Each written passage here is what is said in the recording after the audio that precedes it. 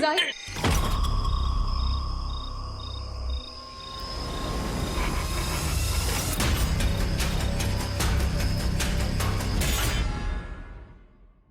आपल्याला कुठलीही शारीरिक इजा झाली किंवा विकार झाला तर आपण डॉक्टरकडे जातो आणि इलाज करून घेतो. पण मनाच्या विकृतीचं काय? ही विकृती फक्त माणसालाच नाही तर संपूर्ण समाजाला पोखरून काढते आणि त्याचे पडसाद म्हणजे या विकृतांकडून घडणारे गुन्हे, ज्यामध्ये अनेक निष्पाप जीव विनाकारण भरडले जातात. नमस्कार, मी अभिजित खांडकेकर. निरागस मुलांवरील अत्याचार शृंखलेच्या आजच्या भागात तुम्हा सगळ्यांचं मनापासून स्वागत करतो. आपण पाहत आहात क्रिमिनल्स, चाहूल गुन्हेगारांची. आज आपण एक अशी केस पाहणार आहोत जिथे एका 12 वर्षांच्या मूकबधीर जाईवर अत्याचार करण्यात आला आणि ती 2 महिन्यांची प्रेग्नेंट होती.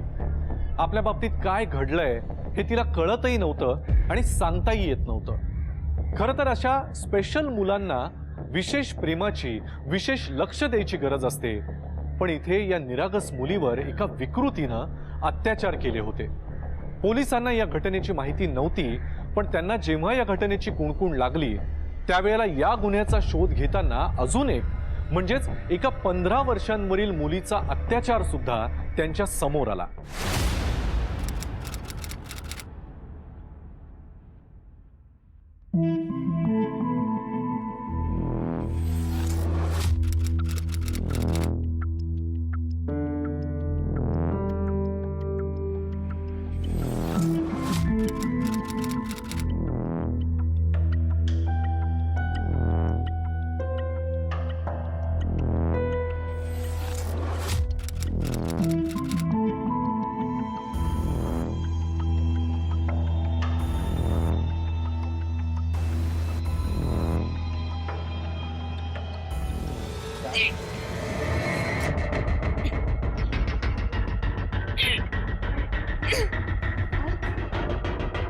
हिला काय झालं? जाई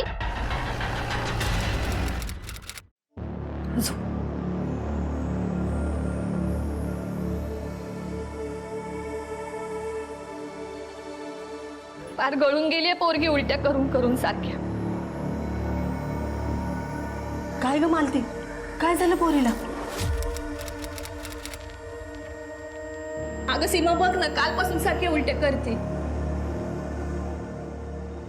अगं मग डॉक्टरकडे नेलंस की नाही? आता घेऊन जाते बघ तिला डॉक्टरकडे. कामावर जायला उशीर झालाय बघ मला. त्यात सरल्या मॅडम कडे पाहुणे पण येणार आहेत. मला लवकर बोलवलं होतं. थांब, त्यांना फोनच करते.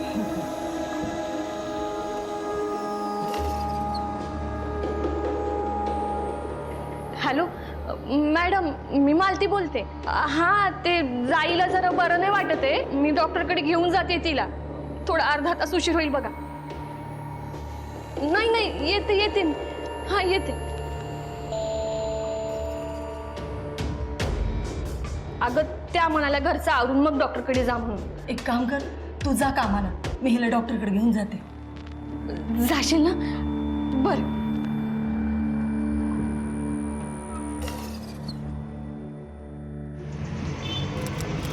काय बाळ, तुझं नाव काय?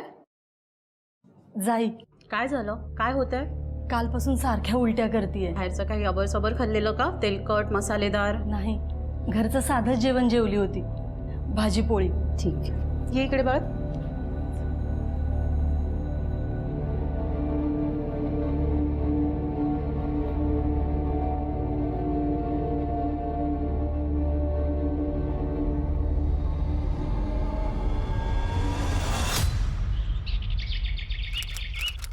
काय? प्रेग्नेंट? अरे देवा. मालती, रडू नको मालती. लेकराकडे बघ आणि पोलिसात तक्रार कर. काय बोलते सीमा तू? अगं डोकं बिकं फिरलंय का काय तुझं? लोकांना जर कळलं ना तर ती तू करतील, अजून तिचा फायदा पण घेतील. नाही, मला नाही काय तक्रार बिक्रार करायची.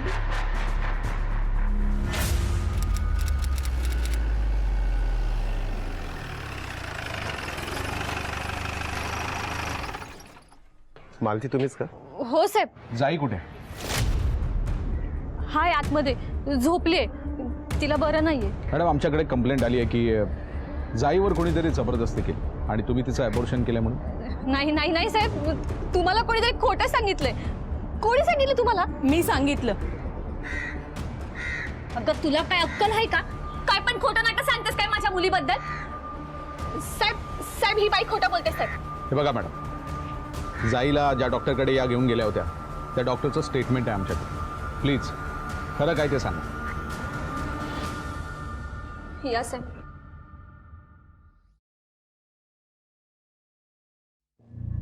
किती वर्षाची आहे जाई? 12 वर्षाची झाली सर. जन्मताच तिला ऐकायला आणि बोलायला येत नाही.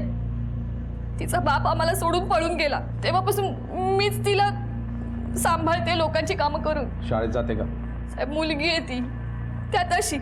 मी तिला शाळेत कधीच नाही पाठवली. नेहमी माझ्या बरोबरच ठेवते साहेब तिला. पण हे कधी कसं झालं साहेब मला सुद्धा माहिती, खरंच नाही माहिती साहेब. मॅडम रडू नका, हिंमत ठेवा. ज्या कोणी जाईसोबत हे केलंय ना त्याला नक्कीच शिक्षा होईल. जाईला उठवता जरा. हो सर. जाई, ए जाई, जाई, उठ बाळा, उठ.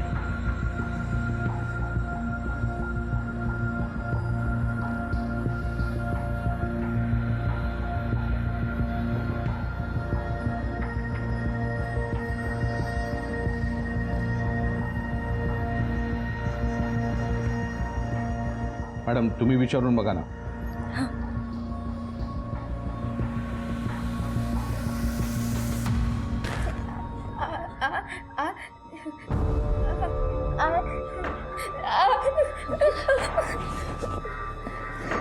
जर ही तुमच्याच बरोबर कायम असते तर मग हिच्याबरोबर असं करणारा त्या घरातलाच कुणीतरी असेल.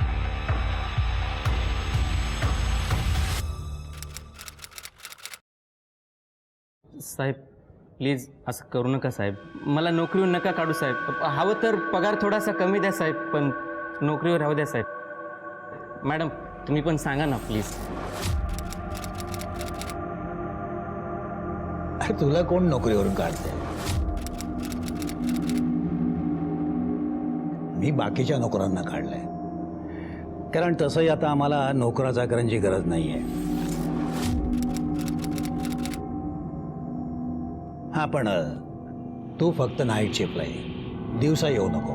धन्यवाद साहेब. धन्यवाद मॅडम.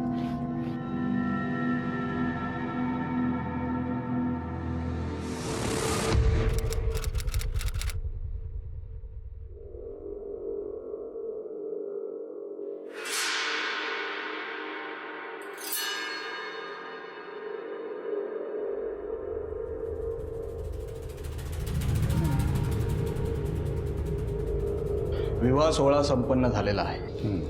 संजय, हा हा हा हो हो.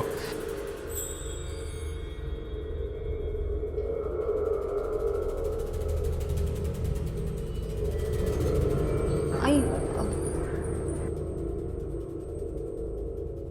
हे सुचिताचे लीगल पेपर आहेत.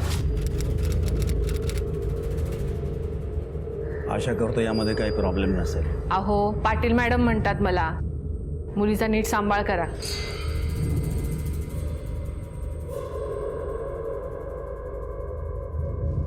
सुचिता, आता हे तुझं हक्काचं घर आणि हेच तुझे आई बाबा. नीट राहा. येते मी.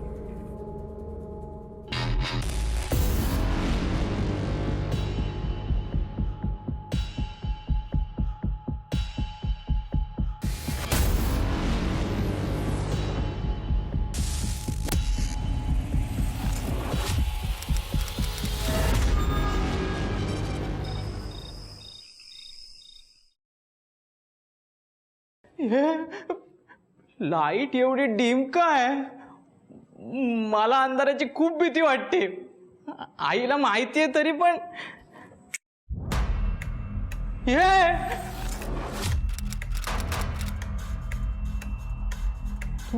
तू कोण आहेस?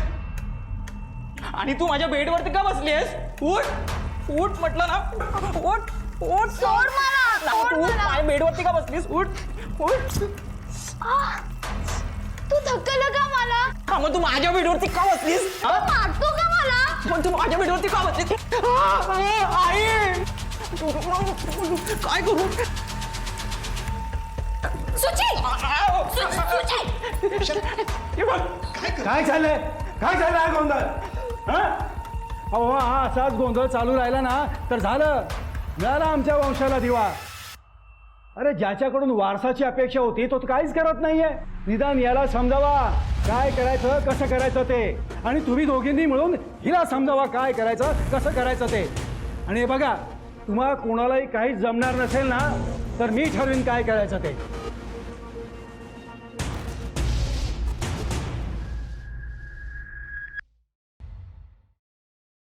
आई हे काय आहे?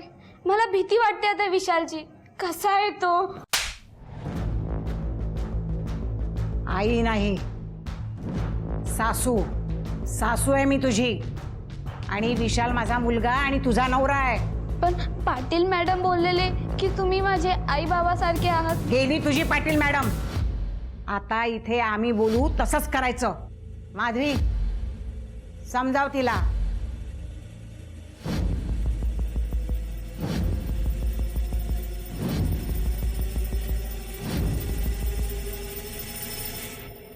सुची बाळा, शांत हो ना.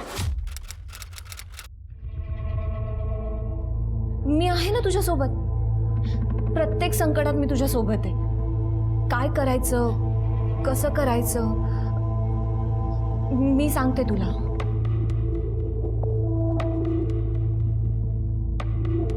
शी, मी नाही करणार. किती घाण आहे हे.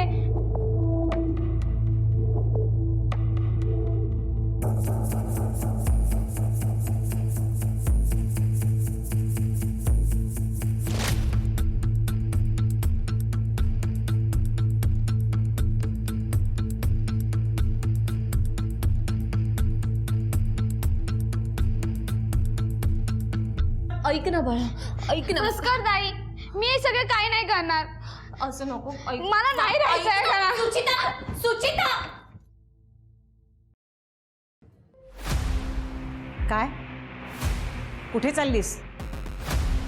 चाल चाल. आई मला कुठे- सोडा. कुठे पळून मला जातेस? सोडा, मी नाही कुठे राहणार. पळून जातेस? आई, चाल.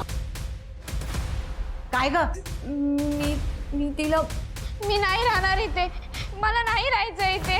ह, आता मीच बघते तू कशी पळून जातेस ती.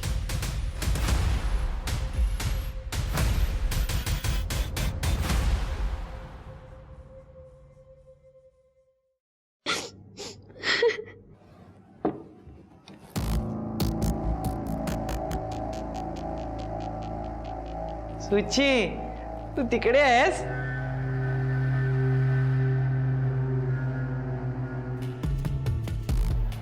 सुची, तुला का बांधलंय? मला माहिती आहे तुला आई बाबा नाही आहेत ना, तू अनाथ आहेस ना. मी ऐकलंय सगळं, आणि मला दादाने सांगितलंय मी नवरा आहे आणि तू बायको आहे. आणि नवरा बायको काय करतात माहिती आहे?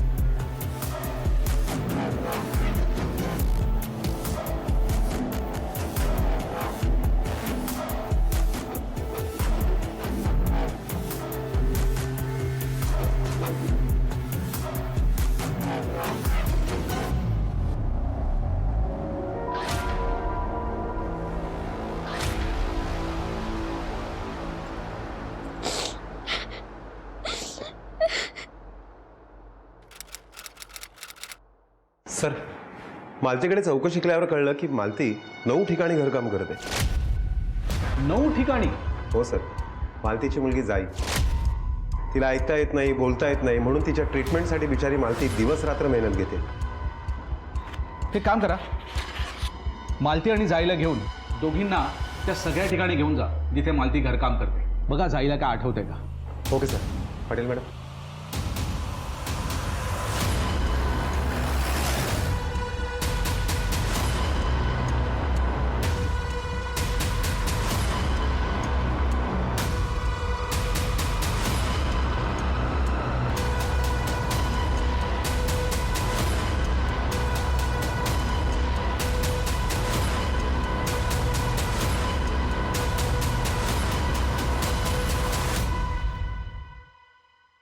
तुम्ही माझ्याबरोबर चला, बघूया काय होतं ते.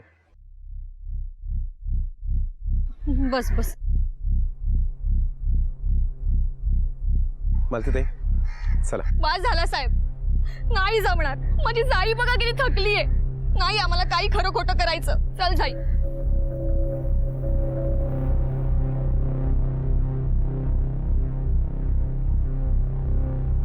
हॅलो सर, मालती आणि जाईबरोबर 4 घरांमध्ये चौकशी केली, पण विशेष काही हाती लागलं नाही. आणि सर आता मालती पण सपोर्ट करायला तयार नाहीये. ओके सर, बोलावून घेतो त्यांना पोलीस स्टेशनला. आम्हाला कळलंय त्यांची बदली इथे झाली. नक्कीच भेटू. चालेल सर. नंतर फोन कर. आणि ऐकू, हो साहेब, आमच्यासारख्या गरीबाला का त्रास देताय तुम्ही? नकोय आम्हाला. नाही करायची तक्रार आम्हाला. मॅडम तुम्ही असं का म्हणताय? सगळं एक तर लोकांना कळलंय जाई बरोबर काय झालंय ते. माझी 2 कामं बी गेली आहेत त्यात. आम्ही कसं करायचं साहेब? 2 वेळचं कसं खायचं? मॅडम काळजी करू नका. हां ठीक चायवरती बिस्किट है तेरे पास, रख. घे जाय. सोड मला. चल जरा. हो रिकामे काय आहे? सर हा दारू पिऊन पब्लिक मध्ये तमाशा करत होता, चिखलात लोळत होता सर.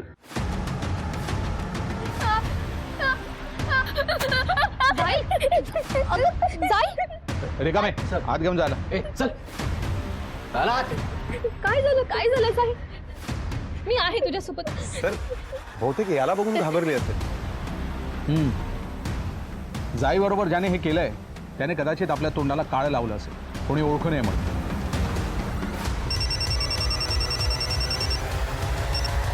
हॅलो, काय? आम्ही लगेच पोहोचतो.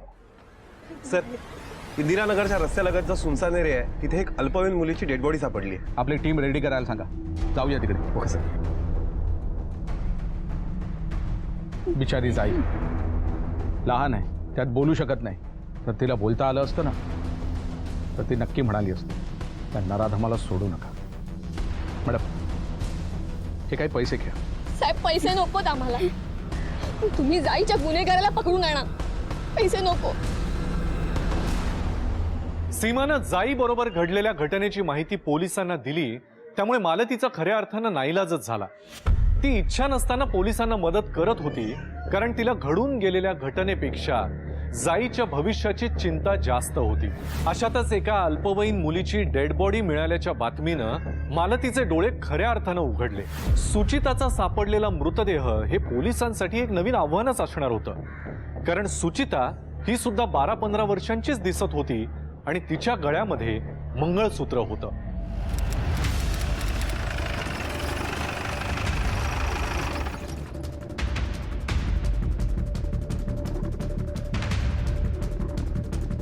गळा आवळून मारला हिला. मॅडम बॉडी चेक करा.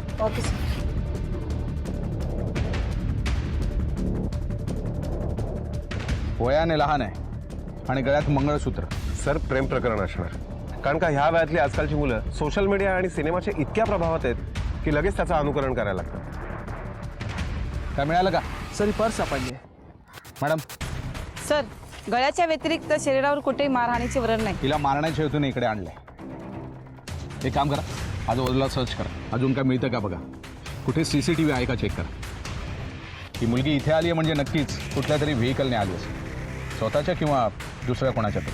कुठे टायर मार्क्स मिळतात का तेही पण चेक करा. हिची बॉडी पोस्टमॉर्टमला पाठवून द्या.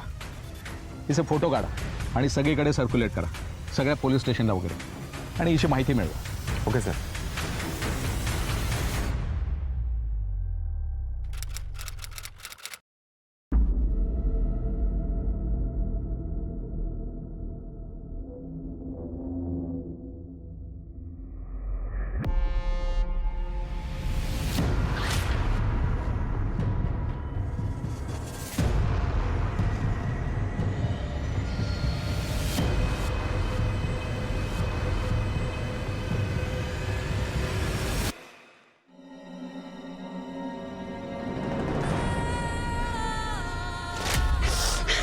ऐक, रात्री काय घडलं हे कुणालाही सांगायचं नाही. तोंड उघडशील तर जिवंत सोडणार नाही.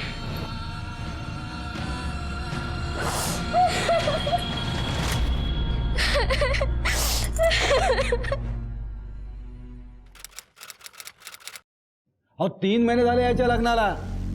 हे बघा मी तुम्हाला सांगून ठेवतो. हिला सुद्धा मूल नाही झालं ना तर सोडणार नाही मी हिला.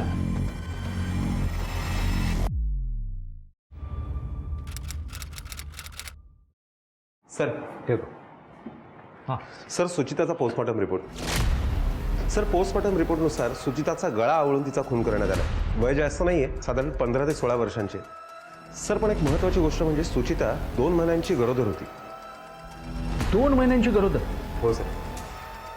तर सुचिता नाशिकची आहे आणि गरोदर आहे, तर ती नक्कीच नाशिकमधल्या कुठल्या ना कुठल्या हॉस्पिटलमध्ये चेकिंगसाठी जात असेल. तुम्ही एक काम करा, नाशिकमध्ये जितके गायनेकोलॉजिस्ट आहेत सगळीकडे चौकशी करा. Okay sir.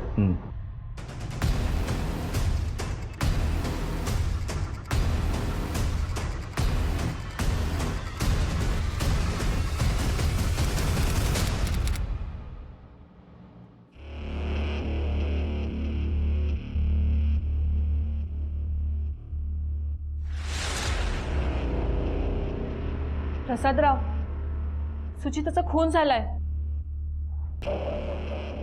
पाटील मॅडम, नसतं लचाण मारलं आमच्या गळ्यात तुम्ही. तोंड सांभाळून बोला. मी तुम्हाला आधीच सांगितलं होतं, मुलीला सांभाळता येत नाहीये तर तिला परत पाठवा माझ्याकडे. आणि मीही तुम्हाला सांगितलं होतं की मुलगी सारखी सारखी पळून जाण्याचा प्रयत्न करते, तिला समजावा. खरं सांगा मला, तुमच्या घरातल्यांपैकी कोणी मारलं नाही ना तिला? काय डोकं पिके फिरलंय की काय तुमचं? अहो आम्ही कोणी कशाला मारू तिला? मला तर असं वाटतं की नेहमीप्रमाणेच ती मुलगी पळून गेली असणार तुमच्याकडे आणि तुम्हीच तिचा काटा काढला असणार. प्रसादराव, शांत व्हा. कसं आहे ना, आता आपण दोघांनी एकमेकांवरती आवाज चढवून काहीही फायदा होणार नाहीये. तेव्हा मी काय म्हणतो, आपलं दोघांचं भलं यातच आहे की तेरी भी चूप आणि मेरी भी चूप. आणि आता लक्षात ठेवा, त्या मुलीचे जे काय पेपर्स तुमच्याकडे आहेत ना ते ताबडतोब जाळून टाका. आणि हो, पुन्हा इथे फोन करू नका.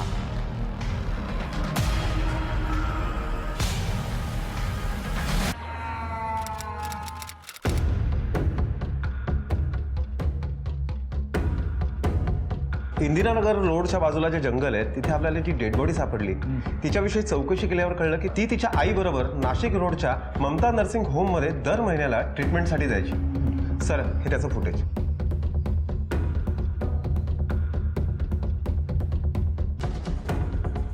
हे बघा सर, या नर्सिंग होममध्ये मूल होण्यासाठी तिची ट्रीटमेंट चालू होती. मी त्या नर्सिंग होममधनं तिचा ॲड्रेस घेतला आणि त्या ॲड्रेसवर जाऊन चौकशी केली तेव्हा कळलं की तो ॲड्रेस खोटा आहे. जर सुचिताचा खून झालाय तर तिची आई पुढे का नाही आली? तिने कुठली तक्रार का नाही केली? कदाचित तिची आई या खुनामध्ये सामील असेल, किंवा या CCTV फुटेजमध्ये दिसणारी बाई तिची आई नसावी. एक काम करा, या बाईला शोधा, सगळ्या प्रश्नांची उत्तरं सापडतील. Okay sir. नायकोडी, त्या जाई केसचं काय झालं? तिकडे दुर्लक्ष नको. नाही सर, तिकडे आमचं लक्ष आहे. सर अजून साईनगरमधल्या B1 आणि B2 त्याचबरोबर वडाळा रोडच्या बंगला नंबर 5 मध्ये चौकशी करायची बाकी आहे. नायकोडी, लवकरात लवकर तपास करा. नाही सर, प्लीज.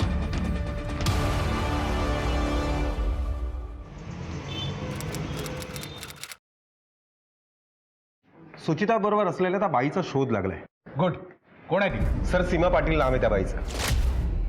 नाशिक रोडवर आधार नावाचा जो अनाथ आश्रम आहे त्याची संचालिका. अनाथाश्रम म्हणजे सुचिता या अनाथाश्रमामधली मुलगी असेल. सर पण मला एक गोष्ट कळली नाही की अनाथ आश्रमातल्या मुलीच्या गळ्यात मंगळसूत्र. याचं उत्तर ती बाईच देऊ शकेल.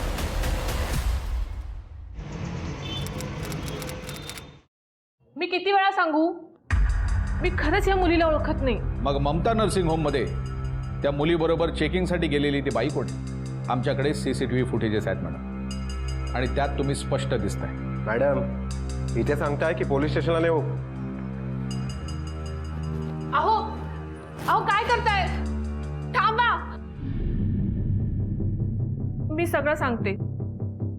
सुचिता नाव आहे तिचं. माझ्या अनाथालयातली मुलगी आहे. वय काय तिचं? 18. खरं वय मॅडम 15 की 16?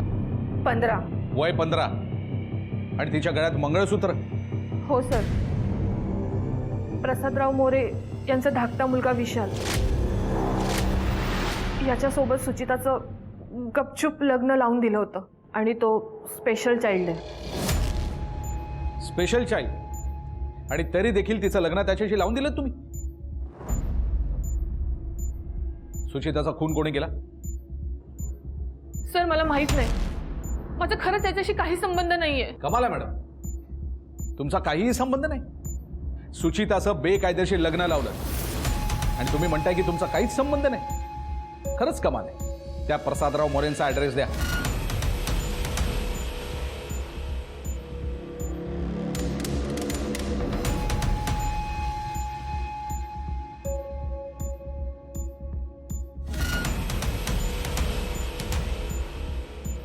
येऊन झालाय ना?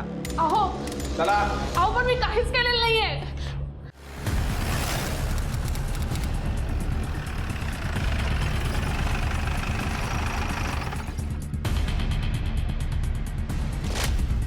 नायकोडी, हा बंगला नंबर 5 आणि तिथे बंगला नंबर 6. मालती आणि जाई या केसमध्ये तपास करायचा राहून गेलेला हा बंगला. कदाचित तिथेच जाईचा रेप झाला आणि याच्या बाजूलाच आहे बंगला नंबर 6, जिथे सुचिताचं बेकायदेशीर लग्न करण्यात आलं. ती प्रेग्नेंट झाली आणि नंतर तिचा खून झाला. सर तुम्हाला असं वाटतंय का की यांच्यामध्ये काही कनेक्शन आहे? असू शकतं नायकोडी. कदाचित या दोन्ही केसचा कल्प्रिट एकच असेल. तुम्ही एक काम करा, मालती आणि जाईला घेऊन या 5 नंबरमध्ये जा, जिथे त्या काम करत होत्या. मी आणि रिकामे बंगला नंबर 6 मध्ये जातो, जिथे सुचिताचं लग्न करण्यात आलं होतं. Okay sir. रिकामे या. चला मॅडम.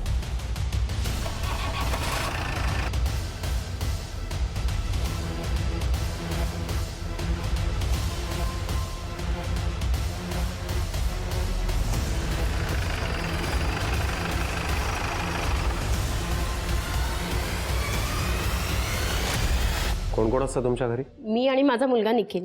माझे मिस्टर जॉब करता मुंबईला असतात. महिन्यातून एकदा येतात ते इथे. तू काय करतो रे? मी एका IT कंपनीमध्ये कामाला आहे. मालती बरोबर जाई पण येते ना तुमच्या घरी? हो सर, पण काय झालंय? अगं मालती, काय झालंय सांगशील? पोलीस का आलेत आपल्याकडे? जाईवरती रेप झालाय आणि तिला दिवस गेले होते. काय?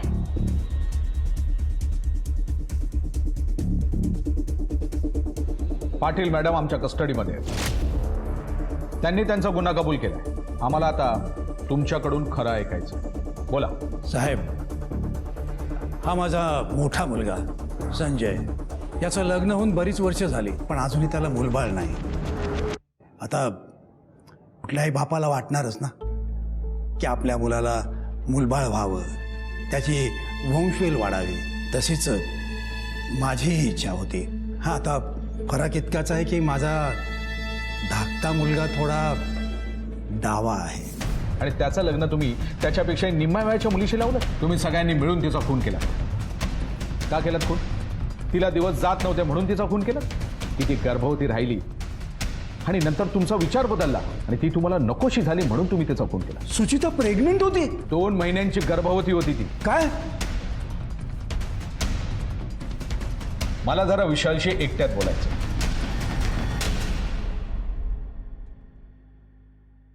अरे वा विशाल, तुझी आणि सुचिताची रूम मस्त आहे. हा, सुचिता, तुम्ही ओळखता सुचिताला? काका मला सांगा ना, ती परत कधी येणार आहे घरी? ये लवकरच परत ये. तू आणि सुचिता खूप खेळायचे ना? हो काका, आम्ही खूप खेळायचो. मला ना खूप मजा यायची तिच्यासोबत, पण दिवसभरच खेळायचो. आई आम्हाला रात्री खेळायला नाही द्यायची. म्हणजे तू इथे झोपायचा नाहीस? नाही, इथे सुची झोपायची. हा बेड माझा आहे की नाही, मला खूप आवडतो हा माझा बेड, खूप छान आहे. पण आई मला रात्री उठून तिच्या रूम मध्ये घेऊन जायची. इथे सुचित झोपायची एकटी. विशालच्या बोलण्यानं पोलीस चक्रावून गेले होते. सुचिताचा जेव्हा खून झाला तेव्हा ती प्रेग्नेंट होती, पण तिचा नवरा स्पेशल चाइल्ड होता. त्यामुळे तिच्या पोटातलं मूल नक्की कोणाचं आणि तिचा खून नक्की का केला गेला असावा हे शोधण्यासाठी पोलीस प्रयत्नांची पराकाष्ठा करत होते. आणि जे सत्य समोर आलं ते पार हादरवून टाकणारं होतं. प्रसादराव, तुम्हाला आमच्यासोबत पोलीस स्टेशनमध्ये यावं लागेल. सुचिताच्या पोटात नक्की कुणाचं बाळ होतं हे तुमची आणि तुमच्या मुलाची DNA टेस्ट केल्यानंतरच कळेल. घेऊन चला ना. सुचिताच्या गर्भाचा DNA कोणाशी मॅच होतो का बघा. तिच्या फॅमिलीमधल्या लोकांचे कॉल डिटेल्स काढा आणि तिच्याबद्दल अजून माहिती मिळवा. हो सर. जाई केसचं काय झालं? सर, आम्ही वडाळा रोडच्या बंगला नंबर 5 मध्ये जाऊन चौकशी केली, पण काही विशेष माहिती हाती नाही लागली. हां सर, पण एक गोष्ट लक्षात आली की जाई बऱ्याचदा खेळता खेळता बंगला नंबर 5 पासून काही अंतरावर असलेल्या दुकानात जाऊन चॉकलेट विकत घ्यायची. सर, बंगला नंबर 5 ते दुकान याच्यामध्ये बंगला नंबर 6 येतो आणि या बंगला नंबर 6चा सिक्युरिटी गार्ड बऱ्याचदा जाईला थांबवायचा, तिच्याशी बोलण्याचा प्रयत्न करायचा असं लोकांनी सांगितलं. बंगला नंबर 6 म्हणजे प्रसादरावांचा बंगला? हो सर. पण आम्ही जेव्हा त्यांच्या बंगल्यावर गेलो तेव्हा तिथे सिक्युरिटी गार्ड नव्हता. साहेब, मी नाईट शिफ्टला असतो. तुला माहिती असेलच, प्रसादरावांच्या छोट्या सुनेचा खून झालाय. काय? छोटी सून म्हणजे विशाल साहेबांची बायको? पण कसं शक्य आहे साहेब? त्यांचं लग्न कधी झालं? याचं शहाणपणा करू नकोस.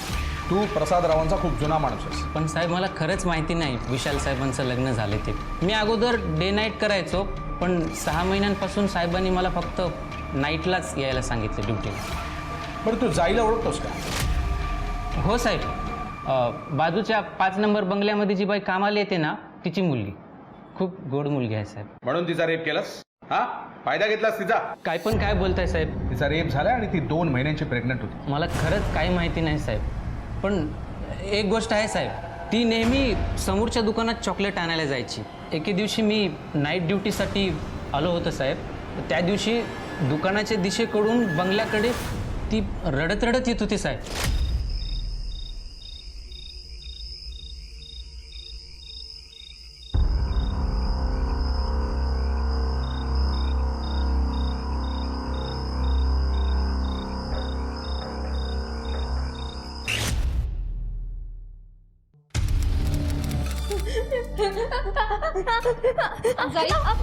मी आहे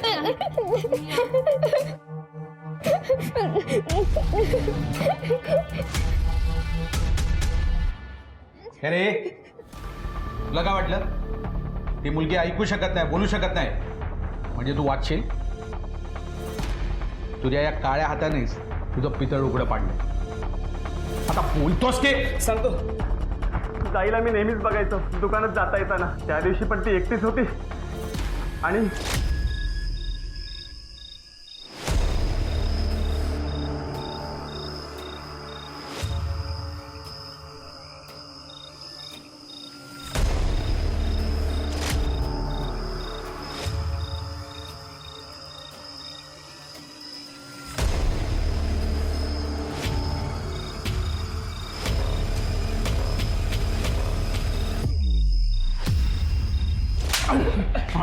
कळतं का तुला? 12 वर्षाची मुलगी बोलू शकत नाही, ऐकू शकत नाही म्हणून तिचा असा गैरफायदा घेतला तू? ह्याचे सगळे स्पेअर पार्ट दिले करा. नाही, कोणी जायचा गुन्हेगार तर सापडलाय, पण सुचेताची फाईल ही अजून पण उघड. सर,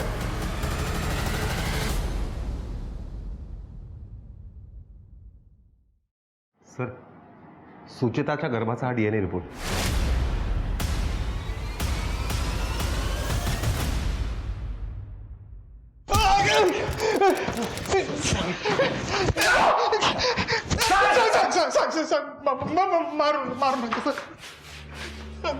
चल बोल. आमच्या घरात बाबांचा शब्द म्हणजे शेवटचा शब्द. त्यांना काहीही करून घरासाठी वारस हवा होता. माझी बायको माधवी प्रेग्नंट होऊ शकत नव्हती. मग बाबांनी विशालचं लग्न लावून दिलं. पण काय?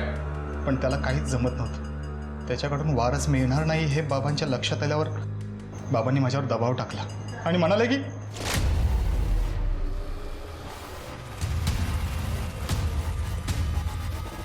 सुचिताच्या रूममध्ये रात्री विशाल नाही तू जायचास हे अजून कोणाकोणाला माहिती आहे? आई, बाबा आणि माधवी. नाही कोणी त्याच्या फॅमिलीमधल्या सगळ्यांचं अरेस्ट वॉरंट काढा. साहेब, साहेब, आम्ही काय केलं? साहेब, साहेब. सर तुम्हाला काय वाटतं, खून कोणी केला असेल? हे व्यवस्थित प्लॅनिंग करून केलेलं आहे. आपण काहीतरी मिस करतोय. त्या कॉल रेकॉर्डचं काय झालं? सर सगळ्यांचे कॉल रेकॉर्ड्स चेक केले, पण त्यात संशयास्पद काहीच नाही सापडलं. त्या प्रसादरावांच्या घरी जुना लँडलाईन फोन आहे ना? हो सर.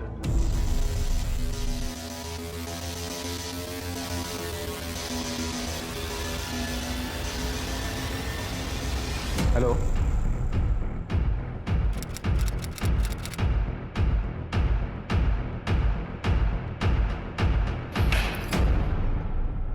आम्ही कधीच तुमच्यापर्यंत पोहोचू शकणार नाही असं वाटलं होतं तुम्हाला? गुन्हा कधी लपून राहत नाही मॅडम. आता खरं काय ते सांगा. मला बदला घ्यायचा होता. बदला? कोणाचा? प्रसादराव मोरे यांचा. का? संजय माझा नवरा, एक आयडल हजबंड. म्हणजे मला मूल होत नव्हतं तरी त्याने कधी माझी साथ सोडली नाही. जीवापाड प्रेम करत राहिला माझ्यावर. पण माझ्या सासऱ्याला वंशाचा दिवा हवा होता म्हणून त्यांनी विशालचंही लग्न लावलं. पण त्याच्याकडूनही काही झालं नाही म्हणून त्यांनी संजयला भरीस पाडलं.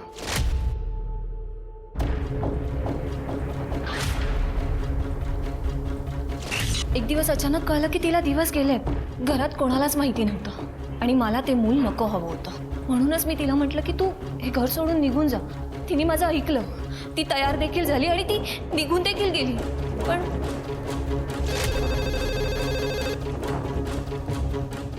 ताई मी सुची बोलते. ताई मी कुठे नाही जाणार, मी परत येते. ताई मी गेली असते ग, पण आता माझ्या पोटात एक जीव आहे. निदान त्याला तरी घर मिळेल.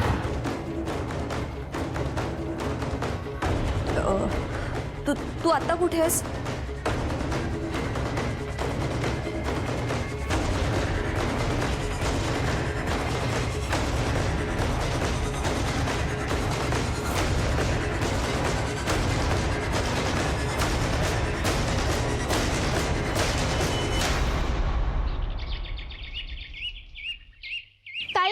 ताई तू इथे का आणलंय?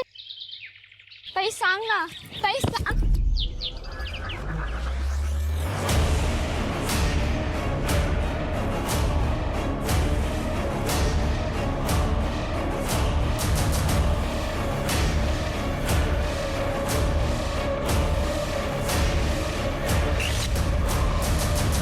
काय केलं ते?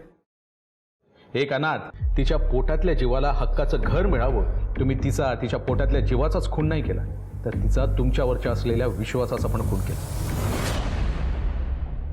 स्त्रीला उपभोगाची वस्तू मानणाऱ्या या वृत्तीला जोपर्यंत आपण ठेचत नाही तोपर्यंत आपल्या पुढच्या पिढ्यांसमोर आपण कुठलाही चांगला आदर्श निर्माण करूच शकणार नाही. निरागस मुलांवरील अत्याचार शृंखलेच्या आजच्या भागात मी अभिजित खांडकेकर तुम्हा सगळ्यांची रजा घेतो. पुन्हा भेटूया पुढच्या भागात एका नवीन केससह. पण तोपर्यंत तुम्ही स्वतःची आणि आपल्या कुटुंबियांची काळजी घ्या. घराबाहेर पडताना मास्क आणि सॅनिटायझरचा वापर नक्की करा. पाहत रहा क्रिमिनल्स, चाहूल गुन्हेगारांची. जय हिंद, जय महाराष्ट्र.